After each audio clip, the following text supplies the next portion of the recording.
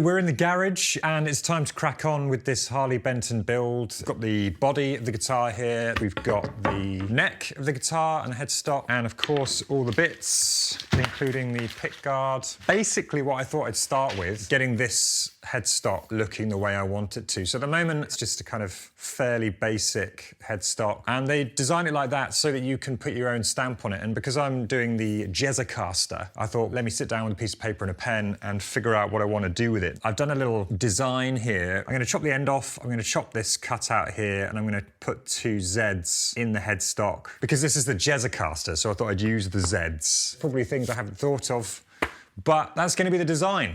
So let's get on with it. So first thing I did was grabbed a pencil and me tools and my rubber, because what happened was I kept drawing the design on and then having to rub it off, and then drawing the design on again because it didn't quite look right, and then having to rub it off. Anyway, 3 hours later, I basically got what I wanted, but it was a bit of a trial.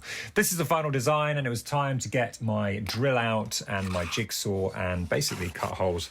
Wasn't trying to do this too accurately because basically the next step was to take a wood chisel and chisel out the exact angles, and then to file it to make it look as kind of good as possible, and then we were done. I have finished the design on the headstock. I think it's looking pretty cool. That's the see-through Zs for the Jezzacaster. The back, a little bit rough. I sanded it off to make it as palatable as possible. Plus it's going to get painted, so I'm not too concerned that it's not absolutely perfect. There's some detail in the very corners of these bits which is hard to get at. I'm just going to have to accept that it's not going to be 100% perfect. But a Jezzacaster headstock looking pretty cool. Really like how it turned out, and I'm really glad that I spent a bit of time getting the dimensions right for the Zs. So plan is paint the headstock black, outline the Zs with a white rim and maybe a white rim around the outside of the headstock as well. And then I'm gonna stain the fretboard with a dark wood stain and then move on to the body.